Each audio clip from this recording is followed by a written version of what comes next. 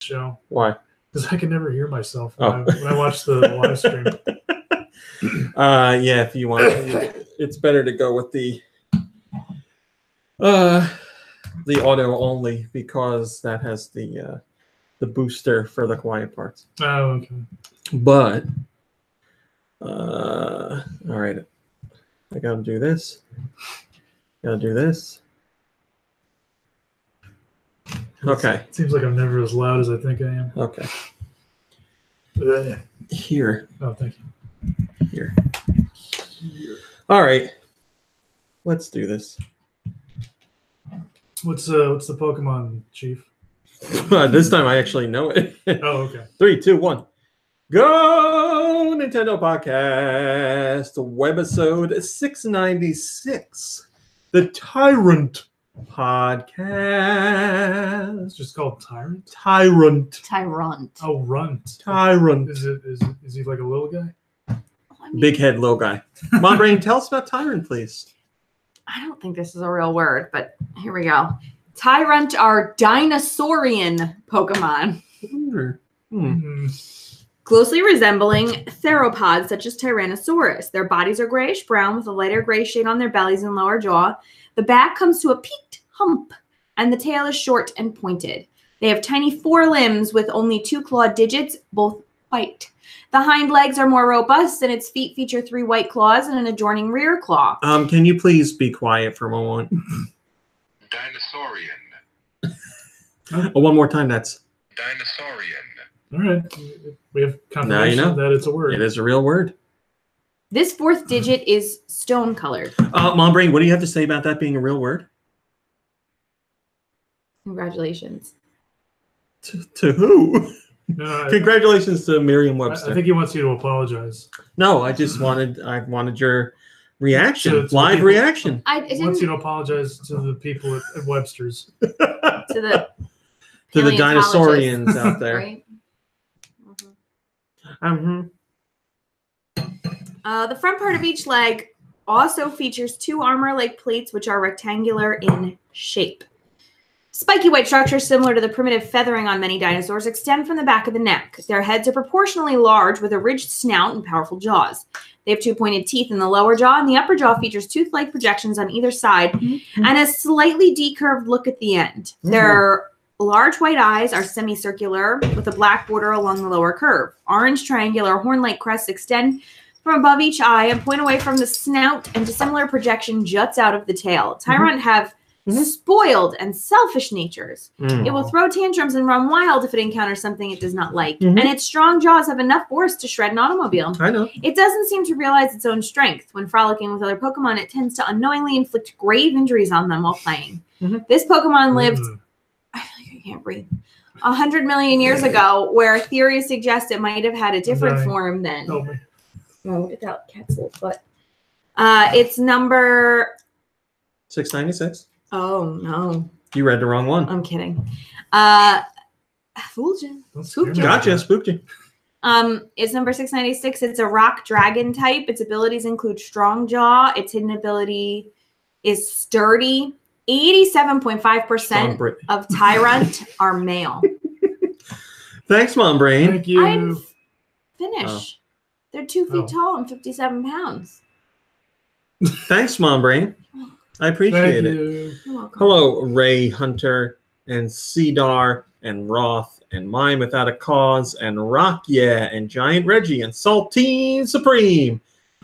Nice. And the Aloe Wolf and Turquoise Gold Scraper and Boy Meets Nintendo and Captain Canopio and Joshua Luigi 220.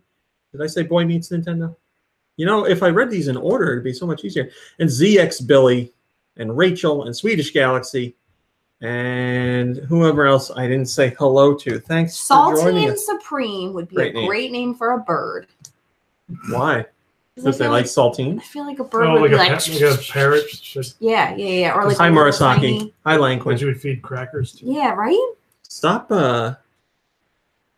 pigeonholing birds. They don't all like, I was going to say carrots. They don't all like that. Crackers. You think a parrot would like an animal cracker. And are animal crackers really crackers? They're cookies, in my opinion. right? I consider them a cookie. I always thought crackers were savory. But then I mean, Usually, like yeah. look at the British people.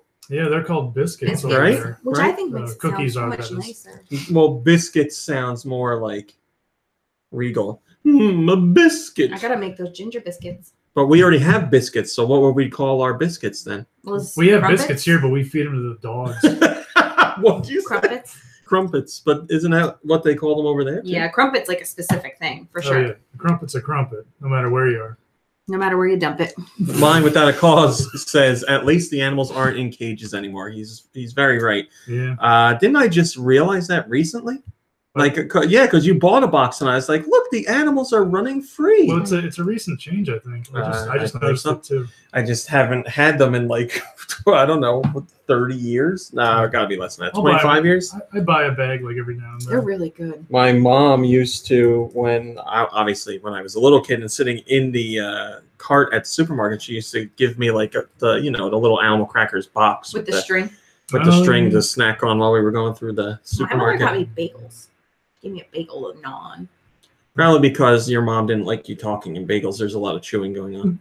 It's just my guess. No, my mom loved me talking. I don't know about that. Hello, Drew. Have you met my mother? She thinks that everything that comes out of my mouth is gold. Maybe now, but back then I imagine like it was cat talk nonstop. Not that it's any different now, but like just like, and they're fluffy and they're cute, and I put on the show with my cat. And mom's like, okay, eat your bagel. No, I did not watch that. Murasaki. Murasaki says, did you recently watch Armageddon with Bruce Willis? No, I haven't, but I did see it.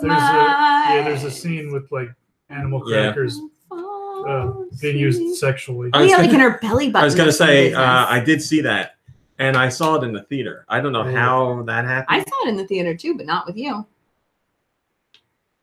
What the hell? Who'd you see it with?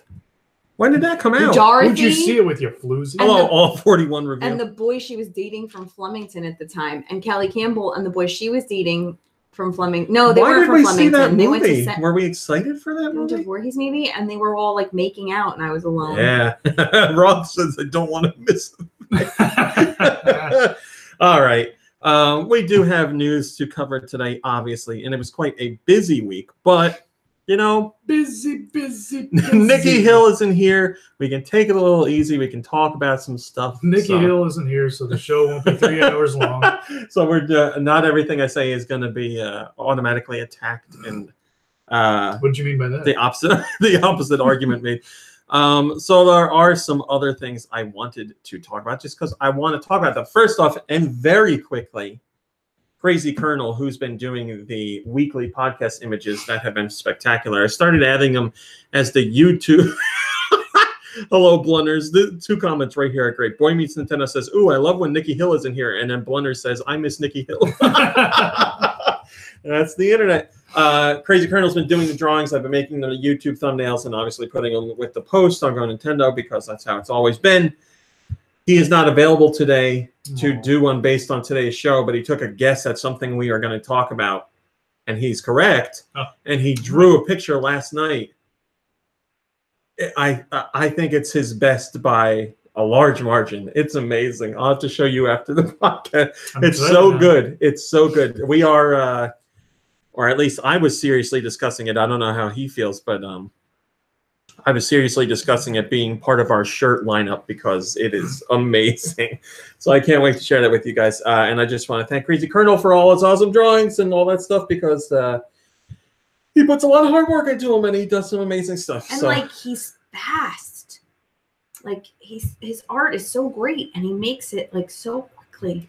well, he is unable to draw one today for he is at his regular job until late. So he took it upon himself to draw one last night.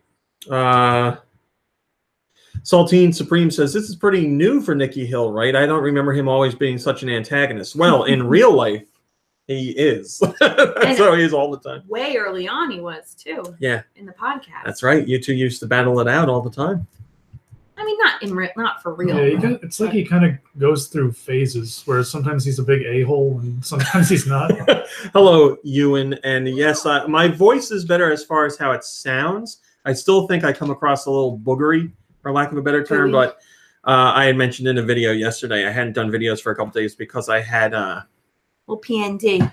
Yeah, a little post-nasal drip. I wasn't feeling so hot. I have this thing where I know I'm going to get sick, where my ears get really hot. And like I laid down to go to sleep a couple days ago, and I was like, oh, no, my ears are super hot. It's just like a head cold or something like that, but it made it so that I couldn't really talk normally, and you get like that, again, for lack of a better term, boogery throat, where you go to talk and you start coughing and everything like that. So I'm not back to normal yet, but I am close enough. You start sounding like... Thank you for the concern. The Chrisleys? Yeah, the Chris's daughter. Daddy. What are we rich for again, Daddy? We're talking about the Chrisleys. This podcast sponsored by the Chrisleys on never. Well, I mean not never. I'd do it. Why not? I mean, I'd take their money, but I'm not gonna watch that garbage. I mean, probably if you like of that all show, the 5 minutes we've caught of it, we enjoy may have seen a full episode. We have more comments on your teapot again. My teapot? Nice teapot. Oh, my mother gave it to me. My mother. I feel like it's like somebody took, you know, when you try to make an image, the background on your computer, and it makes it all stretched out. Yeah, That's what it is. Yep, they were like, good enough. Yeah. All right, so I also want to talk about something else because I had a conversation with Dew Michaels about it a few days ago. We were talking about reviews of games.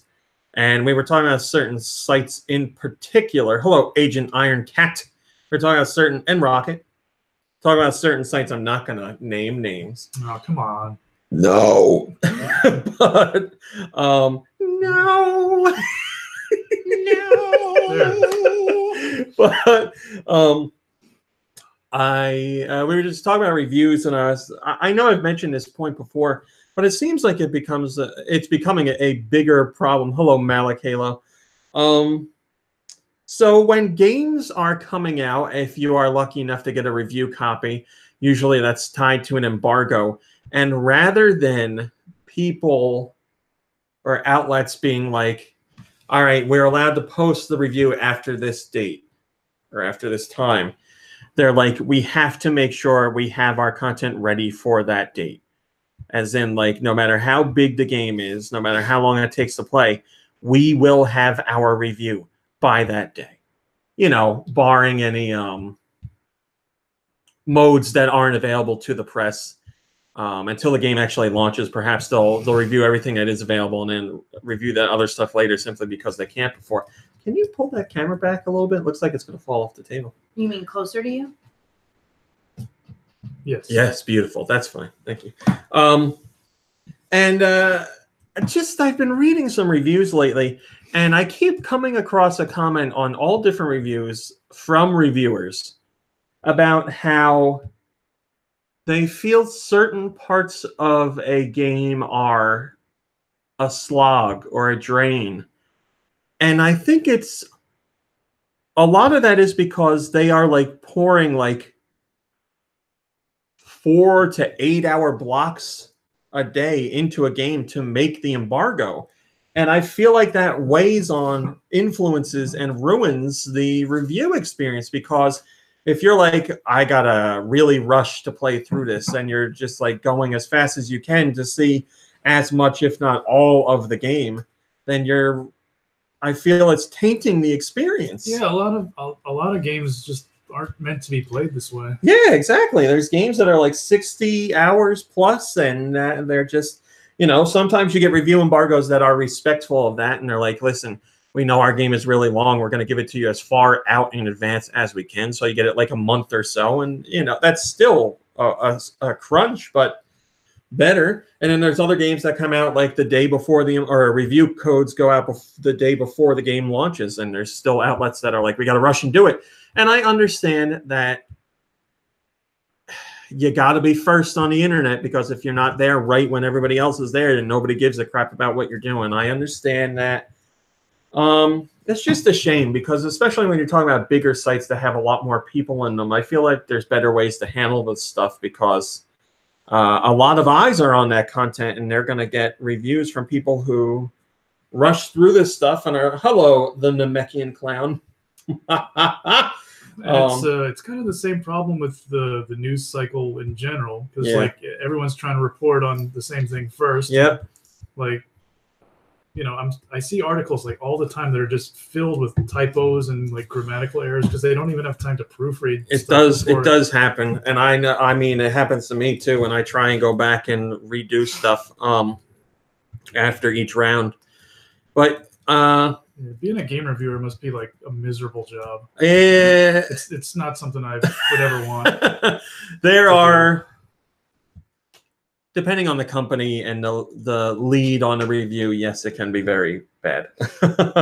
For example, without getting into specifics, there's a game coming out in January, and I know something about the game that I really want to tell people, but I can't. And this is something that people have talked about with this game, and they would be very happy to know it. But we can't talk about it for like a long time. And I'm like, but if we said this to people now, they would be really happy about it. And that would be a good influence. Nope, can't do it. You can't talk to Can't do it. anybody about it? Definitely not. Nope, that is the rule.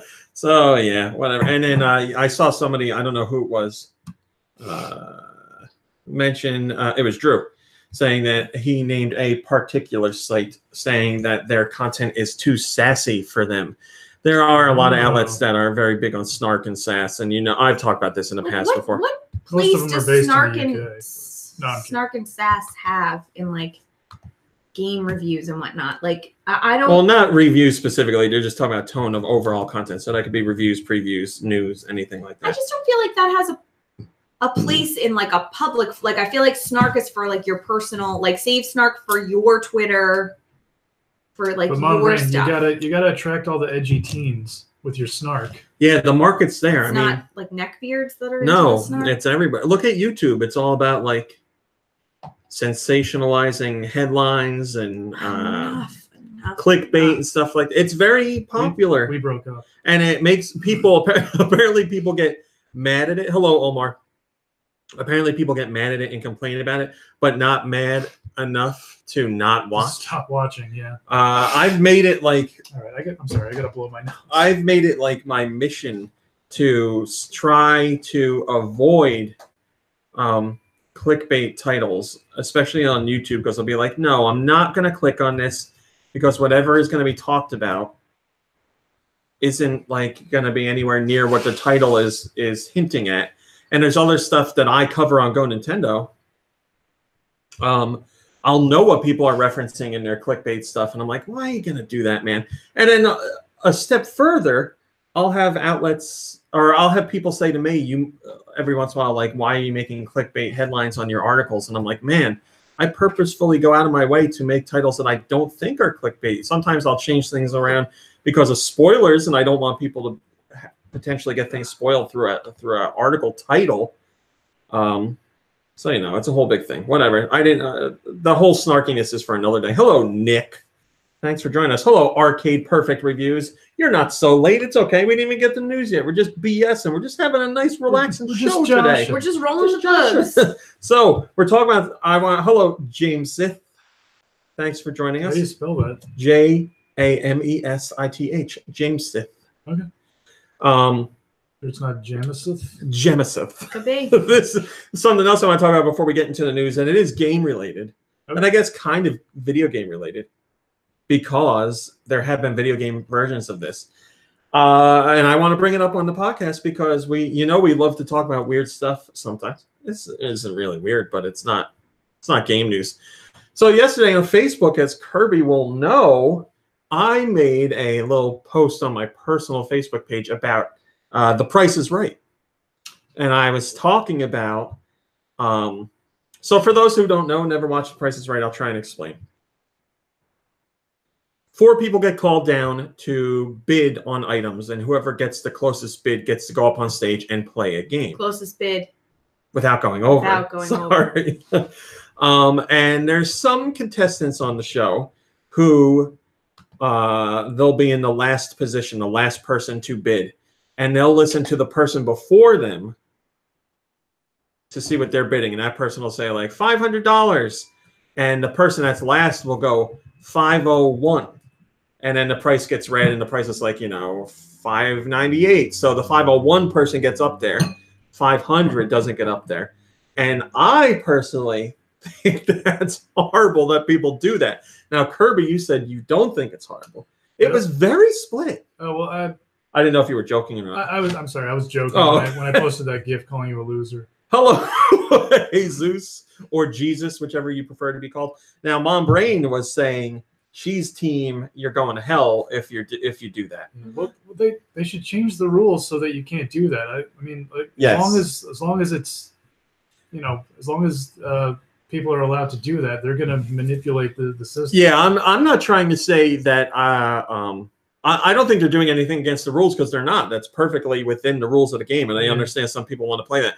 I'm just saying, for me, I couldn't do that to somebody to get up on stage. You have just a moral center. Go up their price by $1 and then get up on there, and then I like win a car or something, and they never leave contestants row. I would feel so terrible. But I was honestly surprised by how many people on Facebook got into talking about which side of the fence they were on. There's like almost 50 comments from people talking about it. Yeah. I understand that it's like legal, so there's nothing wrong with doing it, but I just would feel really bad. I am not, again, I'm not saying it's against the rules. So I get why people do it. I'm just saying I would feel like a terrible person. The Namekian Clown says, I agree it sucks, but it's not against the rules and people have done it for decades. So what are you going to do? What are you going to do is exactly it. It's the rule. It's the rules. People are playing by the rules. They want to get up there and win. Everybody wants to get up there and play their game. I totally get that. Just I could not be one of those people. And I found out something else. The people in contestants row that never make it up onto stage get $300 when they leave the show. So that's nice. I always thought they didn't get anything at all. It was just you made it to contestants row and you never got on stage. They got a copy of the home game. Yeah.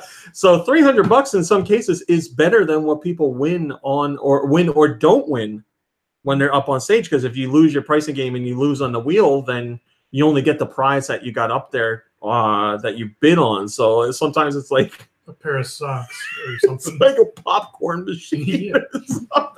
Like if somebody was like, do you want a popcorn cart or $300? I'd be like, yeah, give me the $300. Give me a popcorn cart. Yeah. Can I trade your popcorn cart for my $300? No, I would not take a popcorn cart.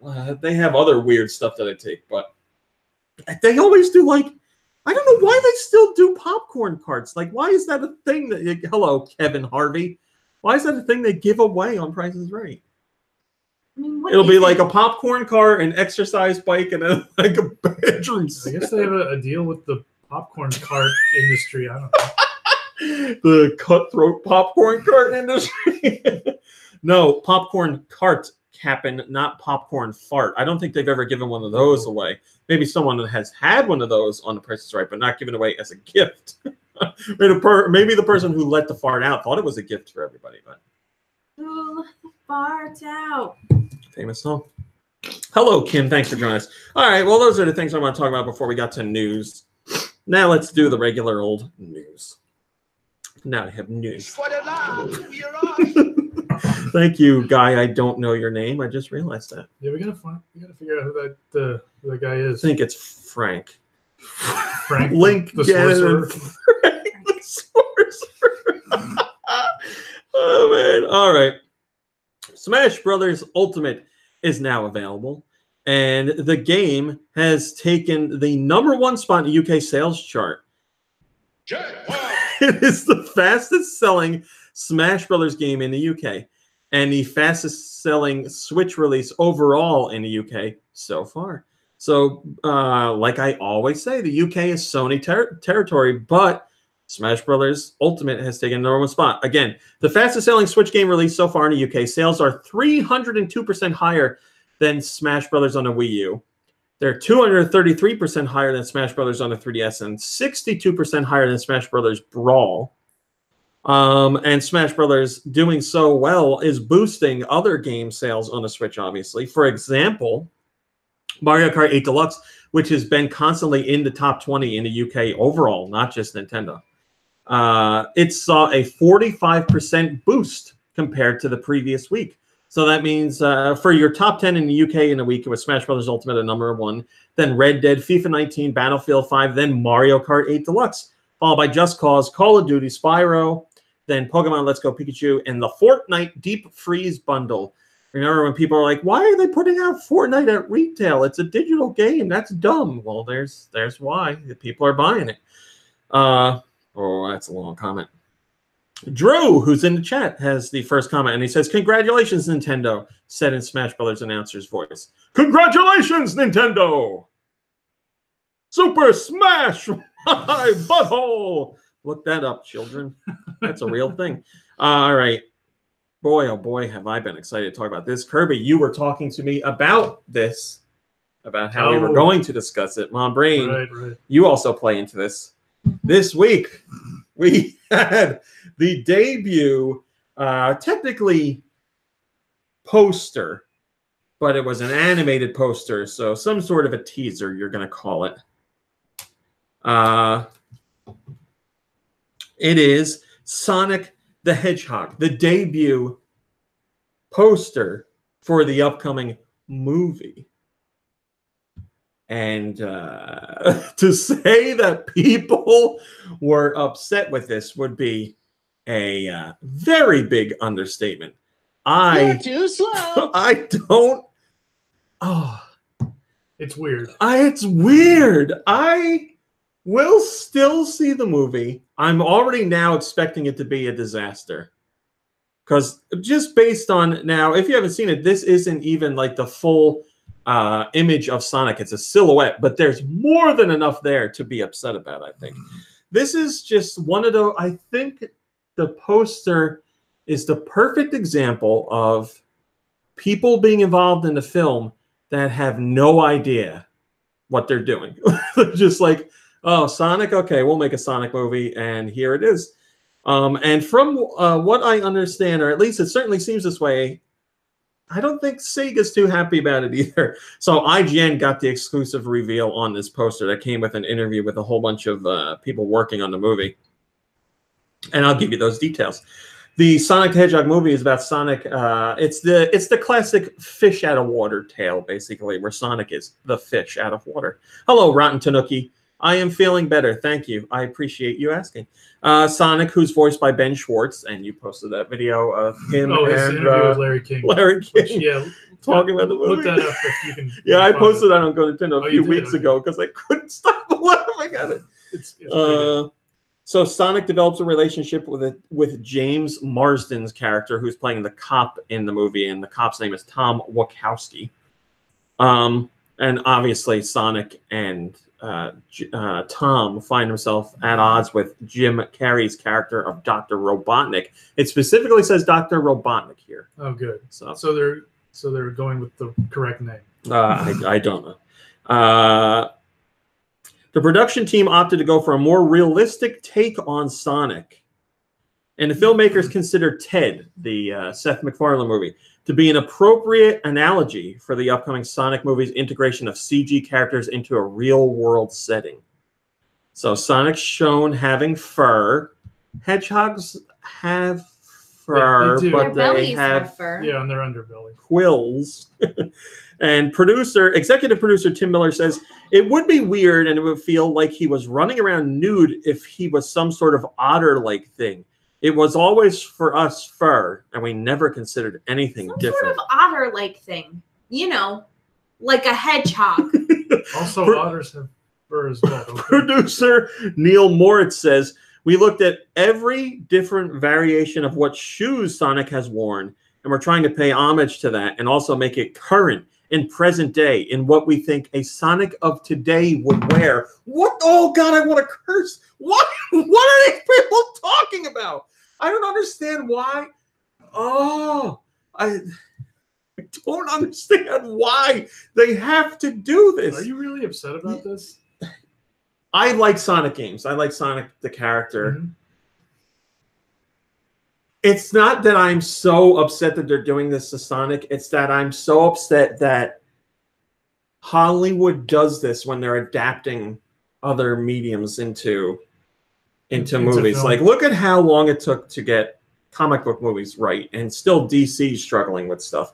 But like, this is like watching the creation of the Super Mario Brothers movie in real time. Oh, Like, yeah. I don't understand. I don't understand how a team of people sits down to make a Sonic movie and they're like, what would Sonic look like in our world and modern? Like, no one who's going to see the Sonic movie wants to see that. And no one who has no idea what Sonic the Hedgehog is going to give a crap about that. No one's going to watch the trailer and be like, I like this realistic modern day interpretation of a giant hedgehog running around. I'm going to see that film. Like, why not please the fans with that, with the very least the design of Sonic, and then worry about the story and acting and the path of the movie, roping in other people. Look at, like, I know it's a different situation, but Sonic was in Wreck-It Ralph and he looked exactly like Sonic, and I understand that's an animated movie, but Sonic is Sonic though. Like, no one's worried about realism. Like, Right. it's okay. Like, the perfect example, I think, is Who Framed Roger Rabbit, which I know is about the Toon World combining with the real world. But nobody was worried about it looking realistic in a sense that, like, we have to draw these characters a certain way. It was like, let's make sure the dialogue is good. Let's make sure they're looking at each other when they're talking, stuff like that. But here they're like, he's got to look realistic and modern. I don't understand. It's like overthinking it. They go on to say the filmmakers struggled with how to best depict Sonic's eyes because, as you know, Sonic, as we know him, usually has one giant white eye and two pupils. Like, there's no division between the eyes. Was it always like that? Wasn't didn't he used to have two eyes at some point? Like the in a cartoon? No, on like the cover art. I don't remember that. I feel like that's like a stupid thing to perseverate on. It is. Like, it really is. Like this. If you're gonna take a liberty there. That's a great example. Like, I don't understand why they have to. Why? I don't understand why. I don't understand why that's the thing that needs to be changed. And Tim Miller goes on to say, I don't think Sega was entirely happy with the eye decision, but these sort of things, you go, it's going to look weird if we don't do this, but everything is a discussion. And that's kind of the goal, which is only to change what's necessary and stay true to the rest of it. He's not going to feel like a Pixar character would, because I don't think that's the right aesthetic to make it feel like part of our world. Why does it have to feel like part of our world? But Sonic, as he is already part of our world. Yeah, I know. Yeah. So shut Whatever. up. And I guess Like, he always why? had one giant eye. I guess he Uh, was always a freak. they only want to change what's necessary. So what are they changing? Sonic's shoes, Sonic's body structure, Sonic's face, Sonic having fur. So I would say they're changing everything about Sonic other than only he's what's blue. necessary. He's blue. Is he blue? Are we confirmed? I think he's blue. All right. And I guess he's part of his head still has the classic Sonic silhouette. Other than that, everything's changed.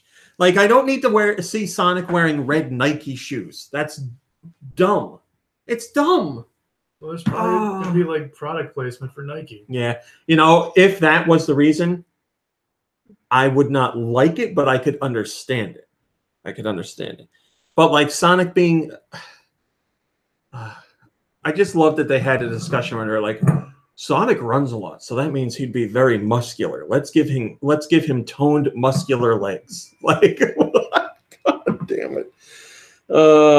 Post-production began about a month ago, so the special effects are still being finalized. Director Jeff Fowler, who is a Sonic superfan apparently, was an internal defender of staying true to the character. Well, Mr. Fowler, you failed.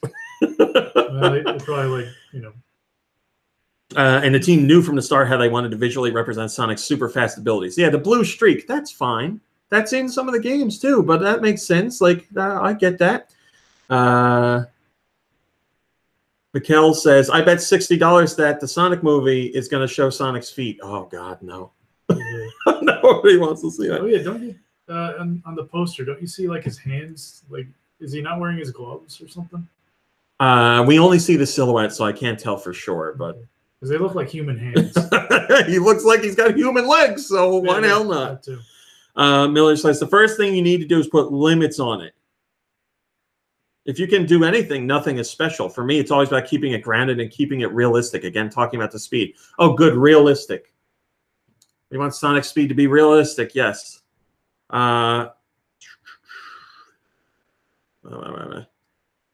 the poster, Moritz says there's a hint at what we're hoping to accomplish, but I think people are going to see things they've probably never seen before and trying to represent speed in this movie. We work so closely with the people at Sega who are kind of the gatekeepers of Sonic,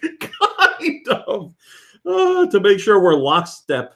We're trying to make sure that's for today. We're trying to make something that's for today that fans of different versions will love as well. Well, you've done an excellent job of unifying Sonic fans of all generations. I will say that. That's not in the way you want it to. Moritz finally said, we don't need to talk about that. Yes, the Owl Wolf, you make a great comment because I have a real life example of that. The Owl Wolf says, it looks like a guy wearing a big Sonic head. Mom Brain, when she first saw the poster, thought she was looking at a human man wearing a Sonic head. And I was like, God, that's fantastic. I feel like there's something oddly sexual about his legs. It's weird that he has human swole. Legs. It's, Right? Like, it's weird. They are human-toned legs. That's what they are. And I'm so worried about these eyes, man, because in the poster, you can see the outline of one of the eyes. And it looks like he has tiny little black beady eyes. Oh, God. I said in a video, I can only imagine that Sega behind the scenes is like, what the hell is going on? What have we gotten ourselves into? So all week long, and I really mean that, all week long, it's been people discussing this and complaining about it and yelling at Sega, and former Sonic team members have been commenting on it because they don't work for Sega anymore, and the vast majority of them are like, I don't understand these decisions. I don't know why they're doing this.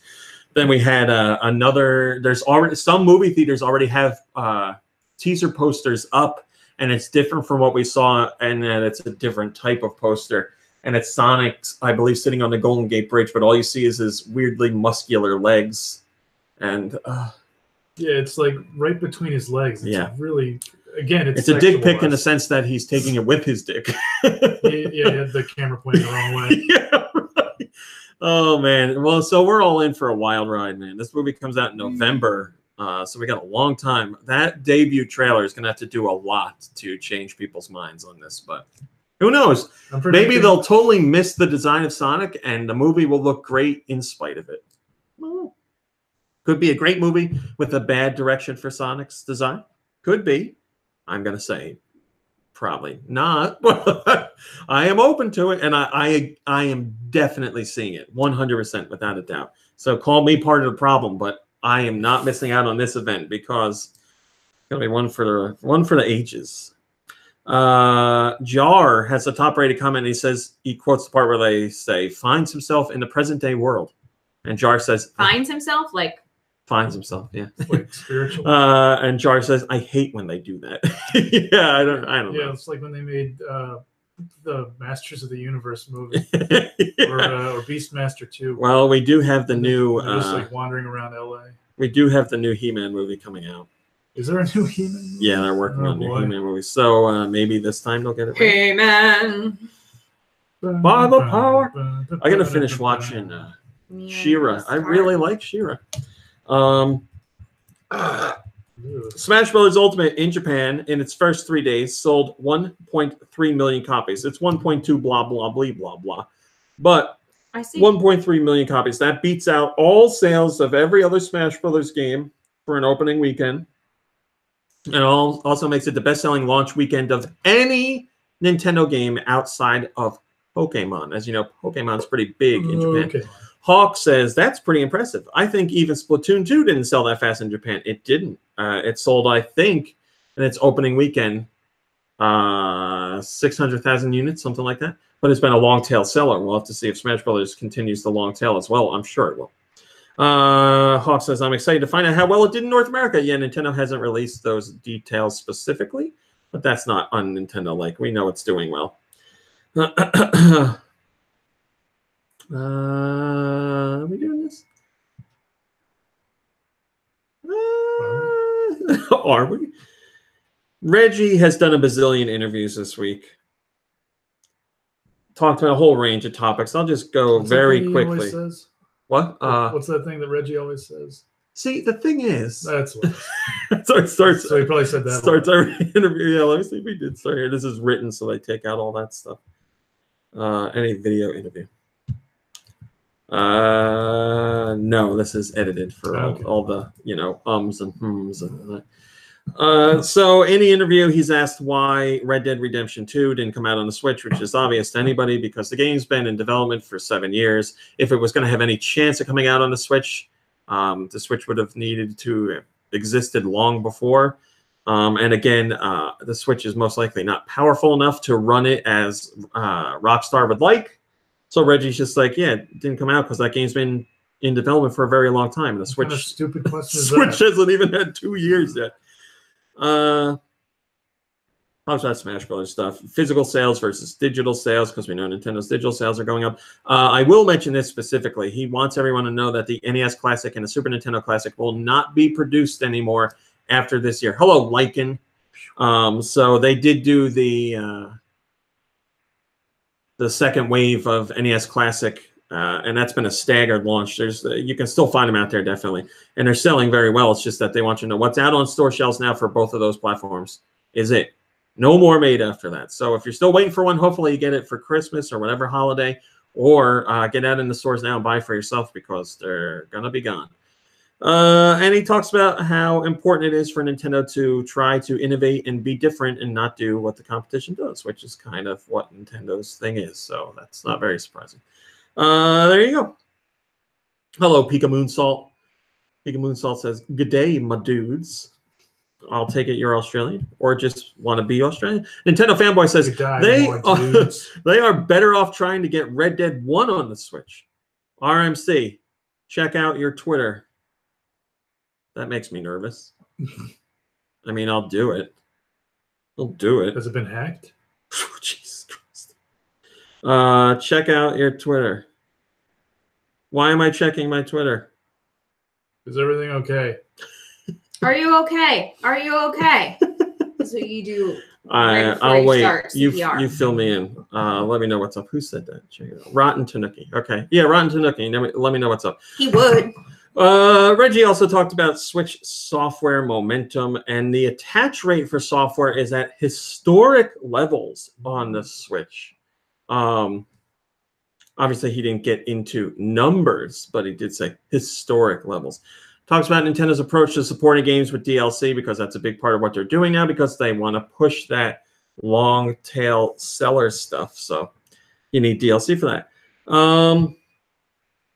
We will talk. He is asked about the rumors of a Switch redesign, which I will specifically give you what he says. Right now, as we go into our second holiday, my focus is making sure the current gray and neon Switch continue to have momentum in the marketplace. You saw systems, whether it's our own or competitive home console systems, utilize that tactic a bit later in the life cycle. So right now, the current execution of Switch with the Joy-Con and all of the capabilities, that's our focus right now. So basically he's saying redesign. I don't know what you're talking about. We're focusing on the one that's out there. We'll see what happens. But, you know, like we've said before, Nintendo loves to redesign their portables. It wouldn't be a surprise to see them offer a redesign. And the rumor says that it is coming out it'll be announced at least in 2019. So I don't be surprised if it happens. I think any Nintendo fan of a few years would know that that's how Nintendo operates. Nope. Ridley Soria says, "Come on, Nintendo. You need to push something other than NES games. Switch Online." Oh, I talked about Switch Online. Switch Online is unbelievably bad, made even more apparent by Smash Online. I want it to be good, to be meaningful. You have to ditch this doing things differently shtick. Just be good. Get good. Switch Online, as far as voice chat goes, I'll completely agree. It's not good because it's cumbersome. When it comes to the NES stuff, I actually like that. I don't mind that. Me personally, I know it's going to cause a lot of complaints, but people are like, I want Virtual Console, and Switch Online, while it only has NES games now, is Virtual Console. You go on there and you play NES games. I understand you want more games from the NES and more games across all platforms. I want that too. I imagine that's what it's going to evolve into. It's just that Nintendo had to worry about making sure the Switch sold first, because Virtual Console didn't really move a lot of Wii U units. So that's something for them to worry about later. And I'm sure this will expand. Whether it expands into something you like, I cannot guarantee that. But this week, which we will talk about in a minute, had what I think is the best round of NES games on the Switch. Yeah, what is going on here? Twitter? No, the Twitter thing was a Sonic movie leak thing, so I'm very excited about this. I need to go to my Twitter to see it. What? My Twitter's acting weird. Like, I can't get it to show me You've been hacked. what I want. I want to see this Sonic leak. I'm just gonna search Sonic. I hope I get ads for the diarrhea restaurant. Do you know what I did today? Which one? Sonic. Oh. What did you do, Mom? You know the kid I was with today? Yeah. I taught her to say, I can't come out today. I have terrible diarrhea. Her mother's going to love it. I don't think her mother's going to love that. No. Hi, Autumnal Blake. Thanks for joining us. All right, I will do that. If somebody wants to email it to me, that would be fantastic, because I can easily do that. But I'm an idiot. What if you search for Sonic leak? I mean, I would keep searching, but we have to do a show. I guess. And we have a very important story to talk about right now. It's about Pornhub. Mom Brain. The Pornhub searches that defined 2018. They put out their yearly recap of what porn people were enjoying. Porn people. You can email me porn at enthusiasts. rawmeatcowboy@gmail.com. rawmeatcowboy@gmail.com. Malakayla says, I'm listening. Well, Malakayla, let me tell you, you clearly are a porn person. They put out their searches that define 2018 and also the top gaming searches as well. But gaming searches fall into the top searches that define 2018. Number 2, can any of you guess what the number 2 search that defined 2018 for Pornhub is? It is gaming related. Breath of the Wild. No. Fortnite. I was going to say It is Fortnite. Saltine Supreme says, yes, the porn people. Yes, Fortnite is number 2. There's also another one at number 9. Can anybody guess what it is? Bowsette. It is Bowsette. Yeah, I'd forgotten about You that. guys are good. Yes, Bowsette and Fortnite. I think I already read it somewhere. Popular video game searches for 2018. The most popular was Bowsette with 34 million searches. 34 million searches. That's a lot. I will give you the whole top 10. Bowsette, Bridget from Overwatch, or Brigitte. Laura Croft, still very popular. Mercy from Overwatch. Zelda. Ash from Overwatch. Mario. Mario is in the top 10. Just straight up Mario. That's good for, good for people, right? Right? Been around a long time. Not a dad bod. He's got a dad bod. People want to see it. Widowmaker from Overwatch. Calamity from Fortnite. 1, 2, 3, 4, 5, 6, 7, 8, 9, and then last one is Tracer from Overwatch. No doubt, Overwatch quite popular because the game is popular, and also quite popular with porn people. Because of that song, that meme song that everybody loves.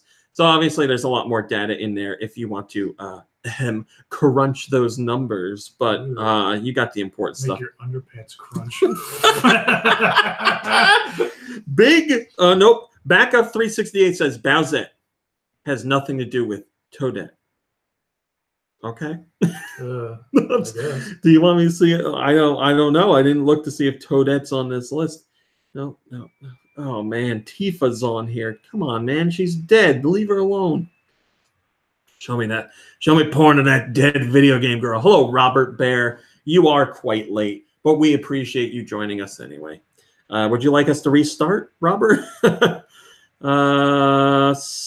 Masahiro Sakurai, the Suzuki Samurai. Oh, right. That's the concentration. Oh, man. Masahiro Sakurai has his weekly Famitsu feature, and obviously he's talking about Smash Brothers and his features lately. Most of the time he talks about other stuff, but now Smash Brothers is out. You can talk about that.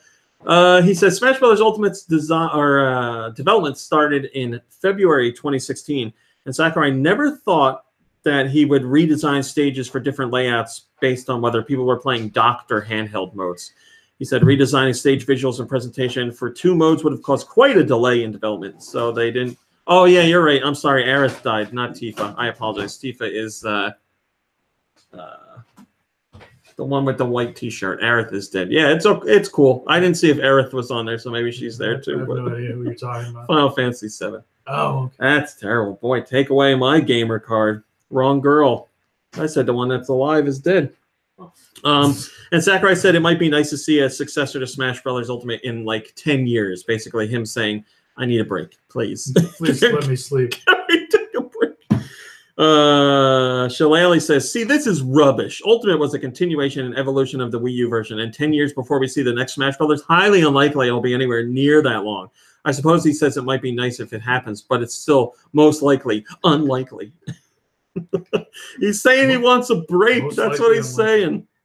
The Switch has hit 6 million units sold in Japan alone.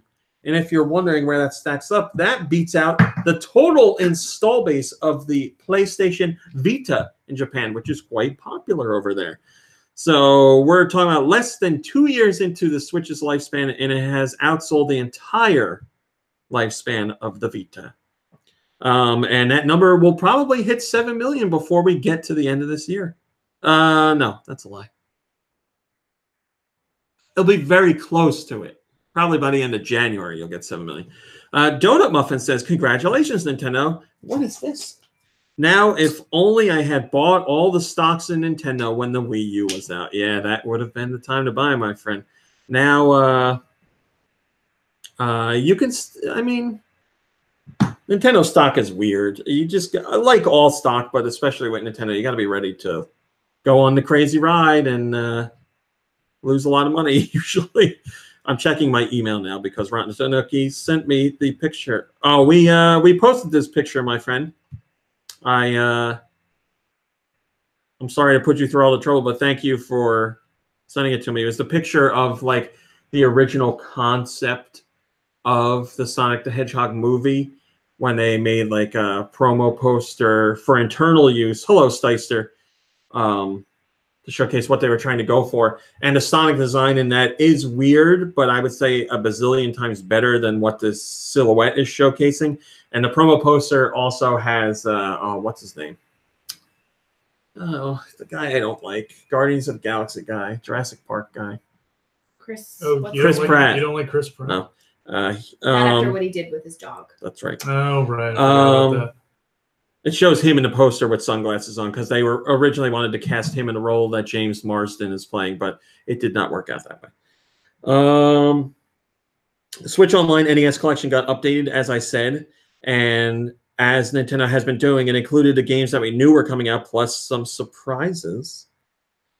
This week, it got the classic Ninja Gaiden, as well as the puzzle game Wario's Woods. And as we talked about last week, The Adventures of Lolo, which I am very excited to play because I remember playing it as a kid, but I don't think I ever beat it because I rented it. But I really want to play it. You know, I I vacuumed today. know. You vacuumed today and you're dropping pop crumbs everywhere. If I want to make trash on the floor, I can make trash on the floor. But the two surprise games that Nintendo included were Dr. Mario SP and Metroid SP. And as you probably know, the SP games start you in different places, give you extra like power-ups and stuff like that. So if you need a little bit of a leg up, you play those games and give yourself a better chance of doing well. What does the SP stand for?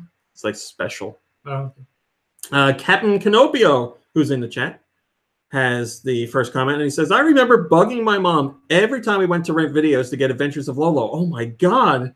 It's the same story I just said. She probably spent more renting that damn game than I've spent for 2 years of the online service. Well, you know, she loves you. She loves you. That's proof. The least you could do is beat the game now. There's a Travis Strikes Again No More Heroes presentation coming on December 20th. It will be streamed, or it might be pre-recorded, but it's aimed at Japanese audiences, but it will have an English sub. So you will be able to watch along and read what people are talking about. 2 hours. Hello, Aurelio. Thanks for stopping in. 2 hours of content on that game. We got a whole bunch of information about that game this week as well, which we'll get to in a little bit. But mark your calendars, December 20th, to check out that.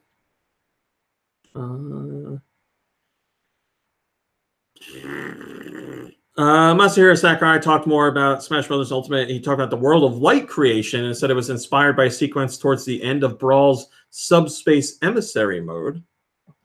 And that scene at the end of Subspace Emissary shows all the characters vanishing, and Sakurai thought it would be more impactful to start this World of Light mode with a great disaster. And as we see, everyone's dead. Not dead, but, you know. And he also talks about, again, a successor to Smash Bros. Ultimate. He says, if Nintendo requests a successor, he will make it a priority. He doesn't know for sure that Nintendo will ask him to create another installment. But Sakurai figures that when the next Nintendo hardware comes out, there will be a request for a new Smash Bros. But Sakurai says he doesn't know how he's going to top Smash Bros. Ultimate. He says that everyone is here. The tagline for Smash Bros. Ultimate is all about everyone coming together, and making that happen was a miracle and probably will only ever happen once, meaning this game. Says there's no guarantee of everyone coming together again, as there are many moving parts and approvals that need to happen. And all those happen for Smash Bros. Ultimate. But, you know, going forward to do that all over again, plus another round of new content, he doesn't think it's going to happen. Pratt Trap says, I sincerely hope that he gets a very long and overdue vacation before his next project. Hopefully something that he isn't told to work on. Yes, that would be nice, right? For him to be able to work on a project that, not that he doesn't want to work on Smash Bros., but be able to pick his product or his next project would be nice. Mega Man, this is sad. It's good news, I guess, but sad.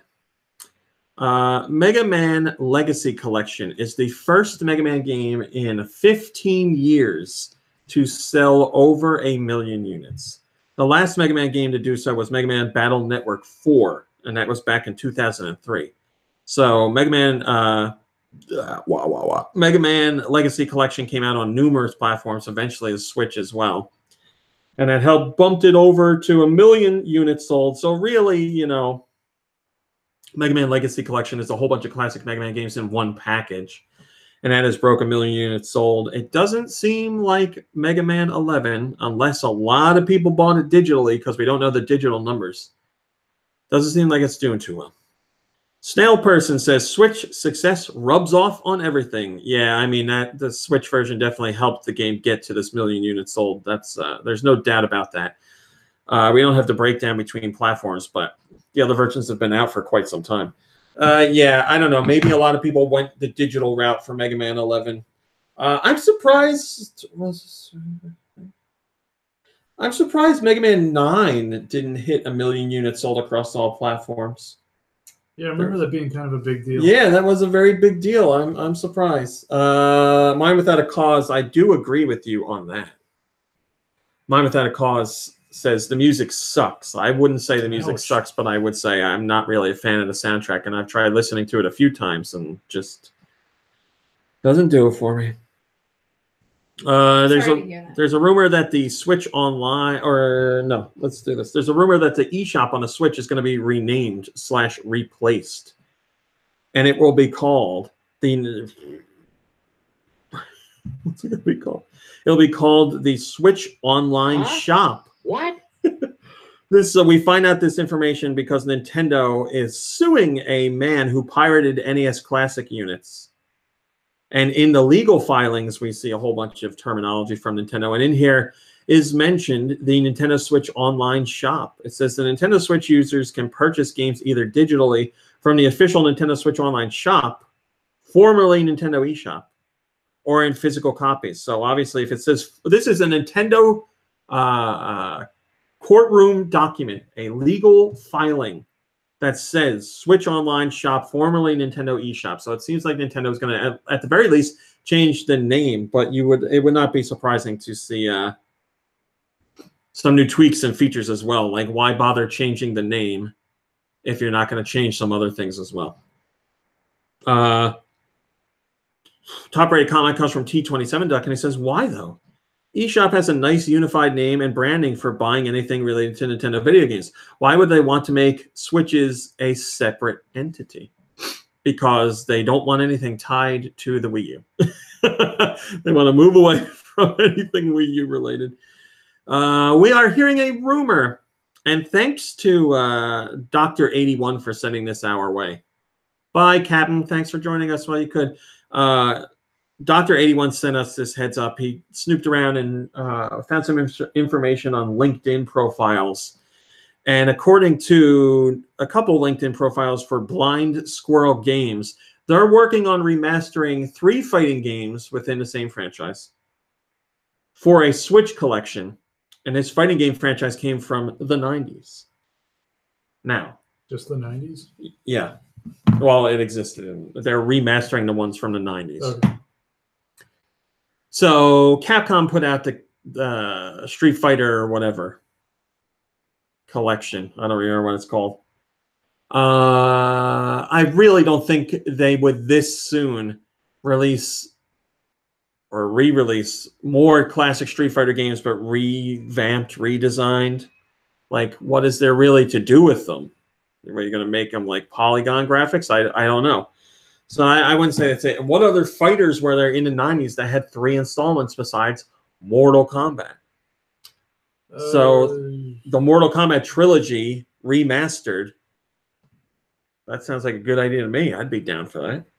I know at some point they were working to remaster the original Mortal Kombat and take, like, you know, HD pictures of actors in the costumes and everything. So keep the digitized look, but with high-def visuals, which I think is the perfect mix of cool and cheesy. Back in the arcade days when those games came out, it was just cool because we were like, oh, it's so realistic. Now it looks very cheesy, but I would appreciate if they went in that direction.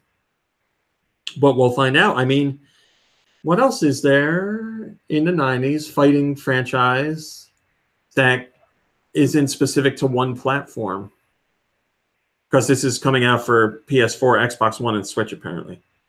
So it's not Primal Rage. There were only 2 of those? I think Samurai Showdown? Yeah, that's a good guess. I didn't think of those. They could definitely do that. That's a really good guess. Mine Without a Cause just said Samurai Showdown, but he's behind from where we're talking, so he had a good guess as well. Yeah, I don't know. There's definitely some other choices, but I'm thinking Mortal Kombat.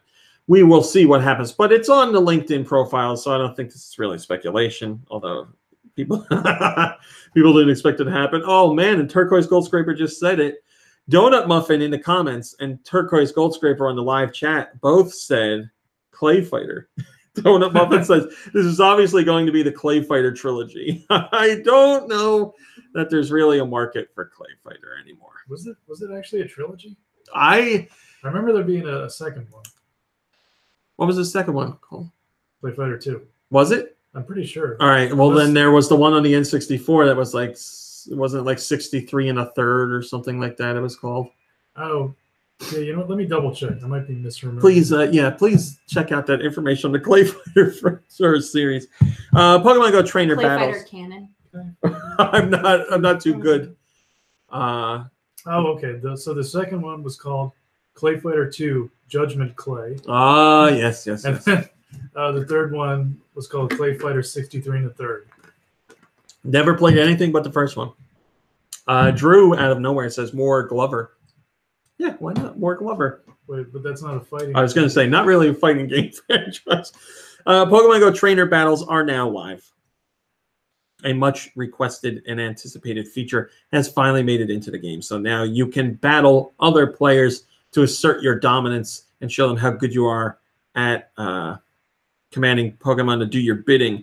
Donut Muffin says, if only my phone had enough space to update and play this game again, then I could be the very best, like no one ever was. And he also posted a GIF of Mr. Mime. So Mr. Mime. Donut Muffin is a longtime reader, and I guess he's back to being active in the comments. Bless you. God bless you, Mom Brain. Excuse me. Again, Reggie's asked again, why isn't every third-party game on the Switch? Oh, God. This is IGN, man. Let me tell you something. What's going on at IGN? Someone at IGN is like, we got Reggie Fils-Aimé, the president of Nintendo America. Let's ask him why every third-party game isn't on Switch.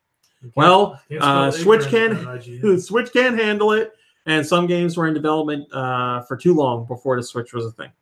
Like, next question. I don't get me. I Now they have another question about Marvel Ultimate Alliance 3 and how that came about. That's a good question. Reggie says, Marvel Ultimate Alliance 3. I love the reactions. We go and we look at we look at some of the videos of consumer reactions, really positive consumer reactions. We think that's going to be a really, really strong driver for us when that launches next year. We're also thrilled to see the strength of the independent developer community on this. Blah, blah, blah, blah. For us, it really exemplified the momentum we have and the strength of our business right now. Yeah, like I said, that's a big get for Nintendo, and to have it be exclusive, it makes it an even bigger deal. That's very surprising to me. I thought it was very cool to see that. Impure Kind says, these games have not hit the Switch for the same reason as they didn't the last few generations, because the system isn't powerful enough and developers don't want the hassle of having to get their biggest AAA games running on it well enough to do them justice. If the Switch were as powerful as the other consoles, then these games will be on it. I disagree. I know the Switch is doing well. The Switch is doing very well. But I don't think just if the system was powerful enough, they would put it on there, because we've seen Nintendo systems that were on par with power of other platforms, and third-party support was lacking, like the GameCube. There were a good amount of games on there from third parties, at least in the beginning, but then they didn't do it anymore. They didn't do it. The real reason is developers, even if Nintendo was matching the power, a lot of developers don't want to put their games on Nintendo platforms because they have to compete against Nintendo's games. That's always been the thing. And Nintendo's games definitely get a lot of attention on Nintendo platforms. North America, Mom Brain. We are here. What did we get digitally? We got Hello Kitty. We got Gris. We got Quarantine Circular. That was a surprise launch. I played Subsurface. No, I don't remember what it's called. Oh, no. And I really liked it, too. It's something from the same guy. Subsurface Circular? I think that was the name of it. I'm sure I'm wrong. Same guy. So it's a visual novel, basically. But, man, was it good. I haven't played this new one. I'm excited to do so. Also, a game that I can't recommend enough, as long as you're okay with quote-unquote walking simulators. Hi, Matt, because I know some people don't like that. But if you're okay with that, Firewatch is on the Switch. Firewatch is on the Switch. Fantastic game. Man, what a Ooh, get you in the gut, in the heart, and sometimes In the butt. the genitals. I like the butt better. I should have said the butt. Get you right in the butt. Fitness Boxing has a demo if you want to try that out. The NES Classic Collection, or I'm sorry, the Switch Online NES Collection was updated, but we already named all those games. Also new this week is Neo Geo's Twinkle Star, All Might Tree, The Last Dreamer, Double Dragon 2, the arcade version, Atari Flashback Classics, which finally came out, Big Bash Boom, which is a cricket game, Blue Rider. Called that. Well, now you know. Football Manager 2019 Touch, that is soccer. Gnome's Garden, Hunter's Legacy, the perfect edition. Oh, yeah. Hyper Ride Vector Raid. Instant Tennis, which is the game and a demo. Ivanich versus Eared Beast. Julie's Sweets. Knights of Pen and Paper 2, the deluxeiest edition. Lazy Galaxy Rebel Story. And Verlord Verstand, Omen Sight, Oxyjet, Peace Death. That's peace, comma, death, exclamation point. Peace, death. These are games, right? Yes. Race Arcade, Roller Coaster Tycoon Adventures, Sega Ages Phantasy Star, Sheltered, Solar Flux, and Starman. Another big week. Lots of content there. First comment comes from Donut Muffin. Man, again. He says, Lolo for Smash, and then redacts it. And he says, no, wait, I already commented that on another post. I mean, Fitness Boxer for Smash. Yeah, I don't think there's going to be any more fitness-related characters in Smash Brothers. Europe. What did Europe get? They got Guacamelee 2, Kingdom 2 Crowns, Desert Child. That always makes me think of Chemical Brothers, which I know isn't Desert Child, but Everspace, Solar Flux, V-Rally 4, that's the racing game, Metal Slug 5, Heavy Machine Gun, All Might Tree, The Last Dreamer, Arcade Archives Athena, Blue Rider, Gris, Hunter's Legacy Perfect Edition, Johnny Turbo's Arcade Shootout, Knights of Pen and Paper 2 Deluxeiest Edition. Oh, yeah. Omen Sight, Sega Ages Phantasy Star, Starman, Lazy Galaxy Rebel Story, Dungeon Village got a demo, Game Dev Story got a demo, Graceful Explosion Machine got a demo, Pick-a-Pix Pieces Christmas got a demo as well. DLC. No Hello Kitty, Mom Brain. I'm so sorry. Oh. Bummer. Hello Kitty's yep. Hello Kitty's fallen on hard times. That's what I was trying to say. It's all about that angry red panda now. The Gretzko? Yes. Steel Diver says, need to play Guacamelee 1 before playing 2, or else I'll be lost in the story. I always try to watch all prior movies before I watch a sequel, especially for porn. He does say that. I did not. I was just reading what he wrote. Guacamelee 1, excellent game. Guacamelee 2, haven't played it yet. Very excited to. Nintendo said that Super Mario Odyssey, Zelda Breath of the Wild, and Mario Kart 8 Deluxe have a higher than 50% attach rate. So for all the Switch units are out there, more than 1 out of every 2 person, you know, because that's how statistics work, own that game. That comes from Reggie Fils-Aimé himself. He didn't do that. Yeah, he just talks about, you know, we're ready for the holidays. Things are going really well. People are buying stuff, all that jazz. Steel Diver says, that's crazy. Now imagine if each person who bought a Switch had 2 friends buy a Switch and they had 2 friends buy a Switch, then Nintendo would be in business. Yeah, that would be everybody. Suda51 is already outlining No More Heroes 3. All right, so I'm going to give you a whole bunch of quick details because there is a lot on this. Suda is considering porting No More Heroes 1 and 2 to the Switch. He's talking to Grasshopper and Marvelous right now to try and make it happen. Suda wants Travis to be in Smash Brothers. He says he's going to work really hard to make sure that Travis is a candidate for the next Smash Brothers game. He says Travis would probably have a great fight against Bayonetta. Yeah, that's probably true. He talks about No More Heroes 3.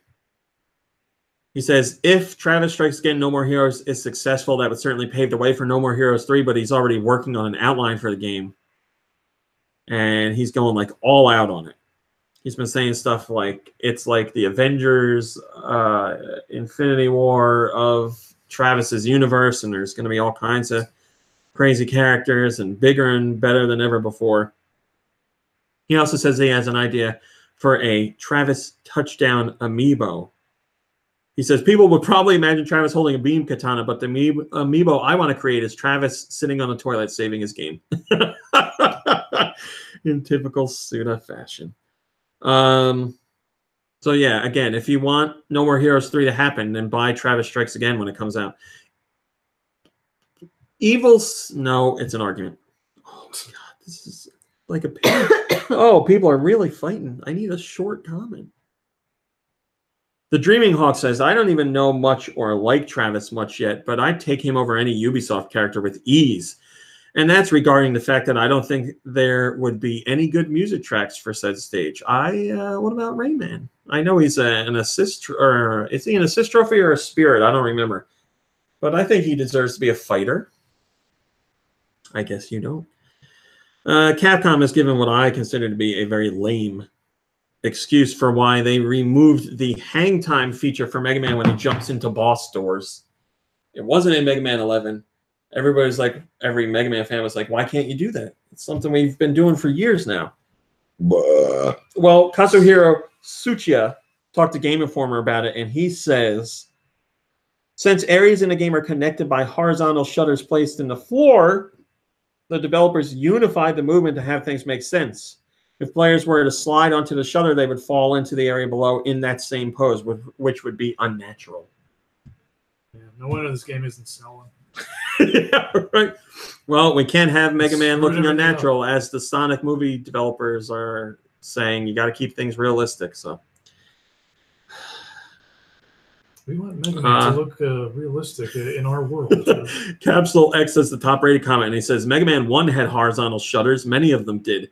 They got around to sliding awkwardness by having them below you by a square or more, so you had to be falling. This is like the easiest fix ever created, and it's existed for years. Well, yeah, that's why I said I think this explanation is bogus. I mean, there's plenty of reasons why it doesn't make any sense, and there's a great one right there. Forget your life. Thanks for joining us. Charles Martinet, Mom Brain, as I told you, has a Guinness World Record. He just received a record for most video game voiceover performances as the same character. Obviously, Mario. And he performed as Mario for the 100th time in Smash Brothers Ultimate. Shillelagh says, congratulations, Mr. Martinet. You know, if you add up all the lines and words he said as Mario, I got this. you could probably benefit them. Well, you could probably fit them on a beer mat. He doesn't really have a whole lot to say. What's a beer mat? Just give me a sec. I'll figure this out. Arena of Valor, the free-to-play game, has been downloaded 1 million times. So, again, another free-to-play title that has found success on the Switch. I didn't know how well this game was doing because they weren't really talking about it after it launched. But it's a coaster. A beer mat is a coaster. Oh. But I guess it's doing well. You got 1 million people who were willing to download it. Autumnal Blake says, hey, I'm back now. You can stop worrying about me. Anyway. I thought maybe it was like a mat where you put your friends when they're passed out. Lay them out on the beer mat. Get out the beer mat. Says, I downloaded this a while back, but it never really hooked me. Not my type of game, I guess. Well, you tried it. And I mean, it's free, so why the hell not? That's funny. We are going to hold off on that because we don't want to ruin next week.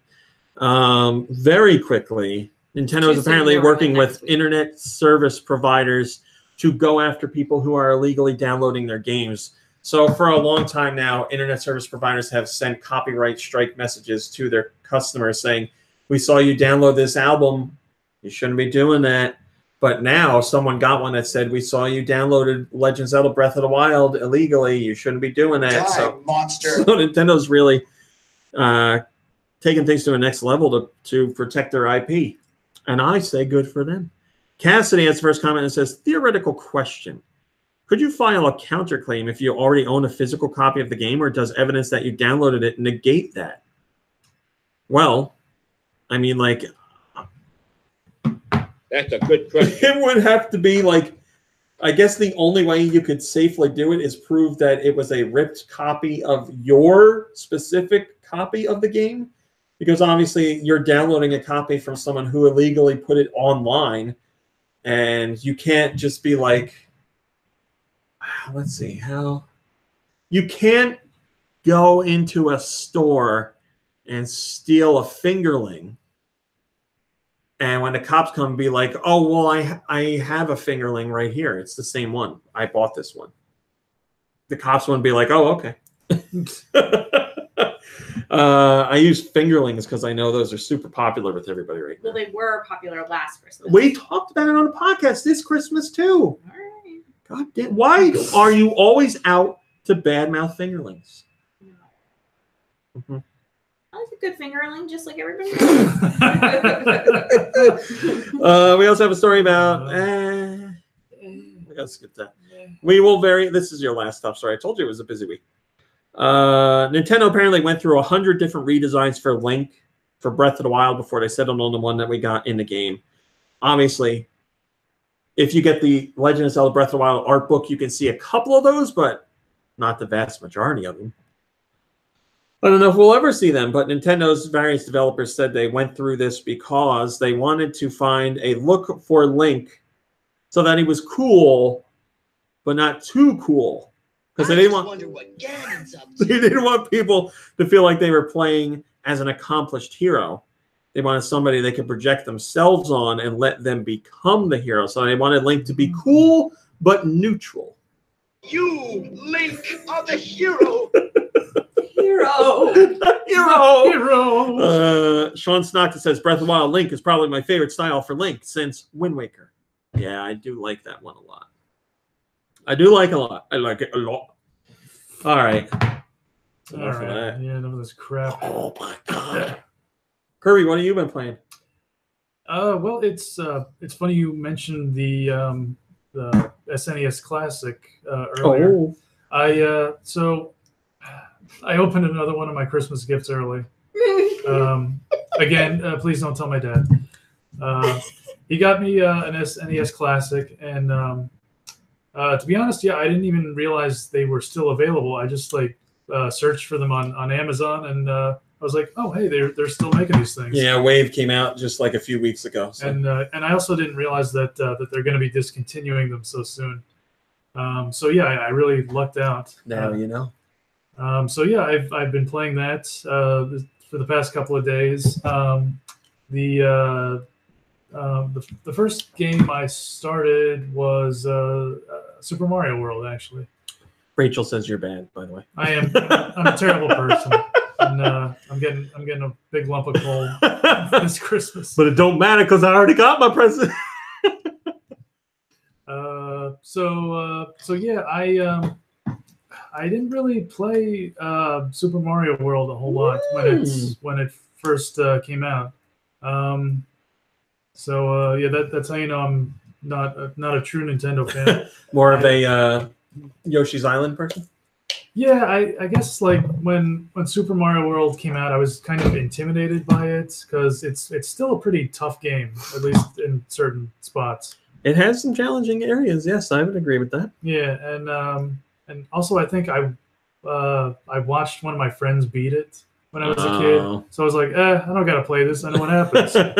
But what you got to do is go for those secret worlds. Yeah, they're awesome and tubular and gnarly and all those whatever the other names were. Yeah, they're tough to find. Some of those secret and areas. I remember when I found that as a kid, I was so excited. And those levels are much harder than the other ones. Oh yeah, and so yeah, I've probably been playing that one the most out of all the games on the system. I also started playing Donkey Kong Country. Man, I love that game.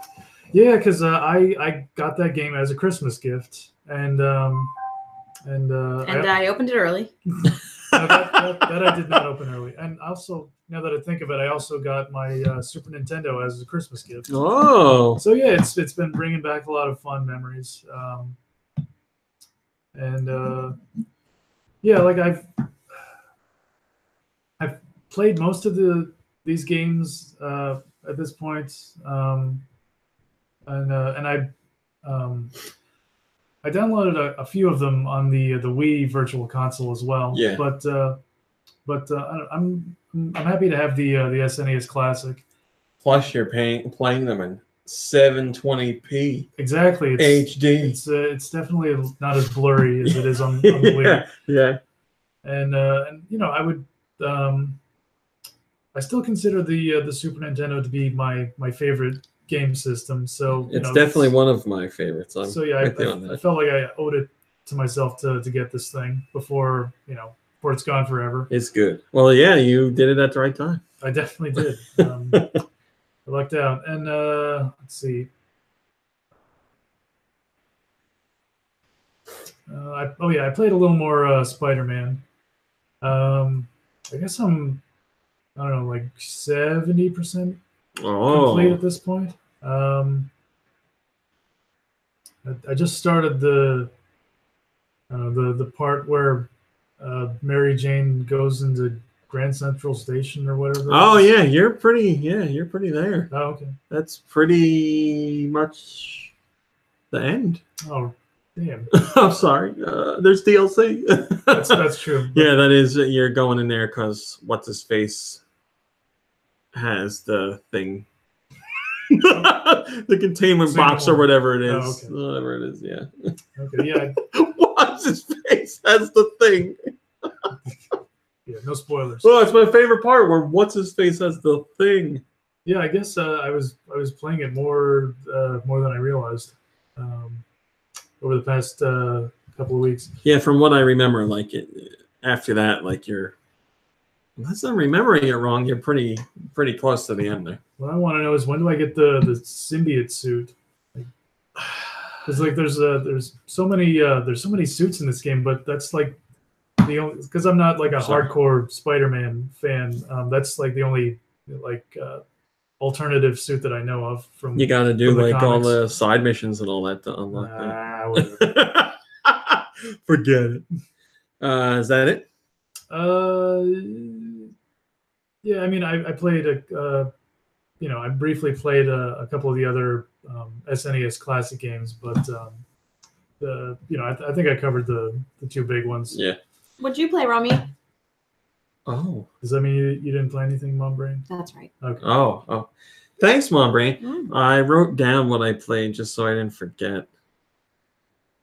Well, I played more Warframe. I played Warframe with Lube and John the Savage, and we had a good fun time and went around, did some missions, and we're chatting with each other and laughing and jumping around and shooting things, and it was good. I really liked that game.